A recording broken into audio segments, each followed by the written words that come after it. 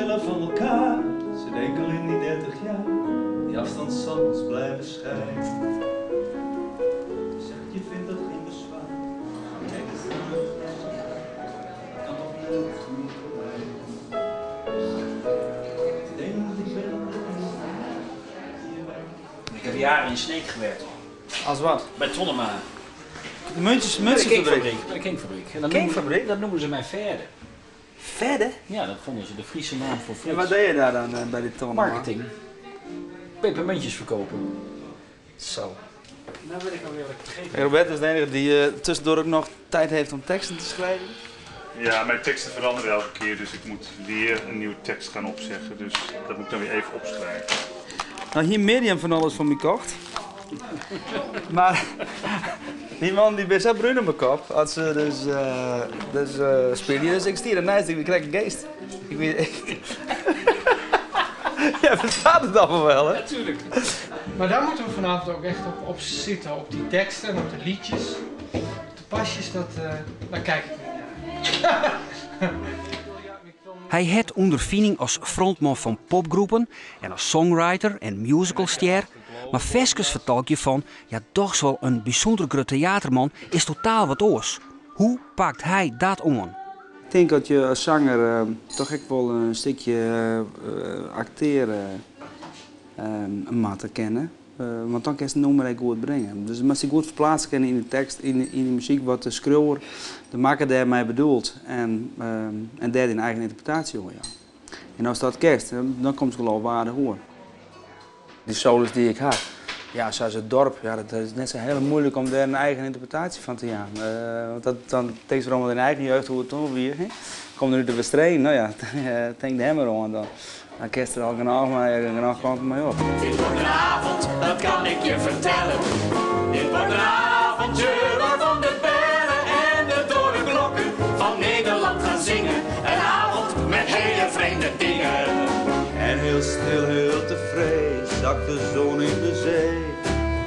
Zo heerlijk rustig, zet de lucht en het strand, de laaiende brand.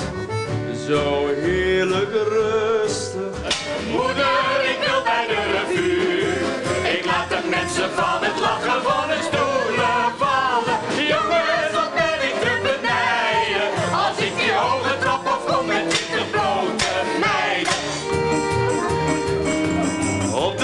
Op de step, ben zo blij dat ik hem heb. Heb je toch gehoord van ome Thijs? Ome Thijs geeft de prijs in de voetbal. Dat is het vreemd om met deze productie mee te werken. Ja. Hier is net iets van Slik, Wim Sonneveld. Ja, maar dat is voor mij voort een motivatie om het wel te doen.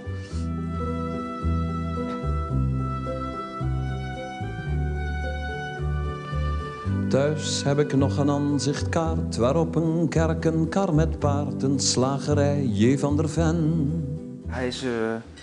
Hij is natuurlijk een enorme persoonlijkheid qua theaterwest. Een van de grote theatermakers van Nederland west. En hij heeft een enorme productiviteit. Hij maakt een hele soort, hij maakt films, hij schreeuwt nummers, speelt in verschillende theaterproducties, speelt in musicals, wie directeur van het theater. Dus het is een enorm bedrokken bezig mansje. En ja, dat ben ik ook. Ik doe ook van alles op alle vlakken. Dus wat dat betreft hebben we die raakvlakken wel. Thuis heb ik nog een aanzichtkaart, waarop een kerk, een kar met paard, een slagerij J. van der Ven. Een kroeg, een juffrouw op de fiets, en zegt hij hoogstwaarschijnlijk niets, maar het is waar ik geboren ben. Dit dorp, ik weet nog hoe het was, De boerenkinderen in de klas, een kar die ratelt op de keien. met flink veel gas, dan kun je zien of het bankstel staat bij Mien. En er zwaar met plastic rozen. En Langs het tuinpad van mijn vader zag ik de hoge bomen staan. ik was een kind en wist niet beter dan dat het nooit voorbij zou gaan. De dorpsjeugd glittert bij elkaar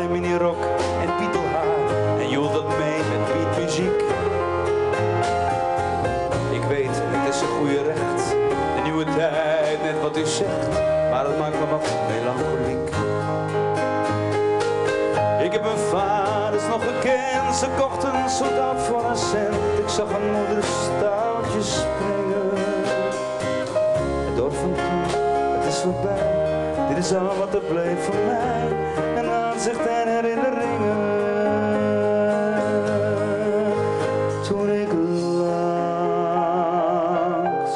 het tuinpad van mijn vader de hoge bomen nog zag staan. Ik was een kind, hoe kon ik weten dat voorgoed voorbij zou gaan?